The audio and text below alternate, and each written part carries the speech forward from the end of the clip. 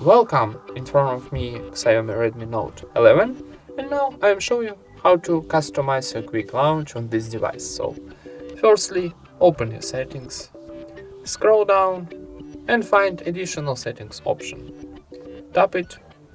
Here choose Gangster Shortcuts option.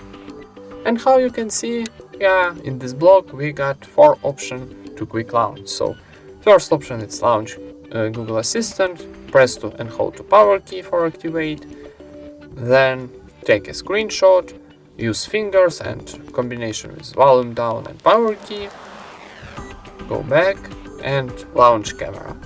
Double press to power key or double press to volume down when the screen is locked.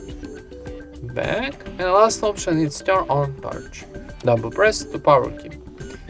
You can activate turn off this option or another option, maybe launch camera.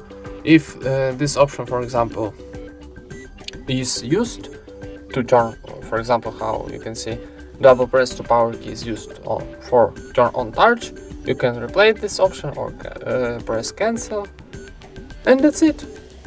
Thank you for watching, leave thumbs ups and subscribe to our channel.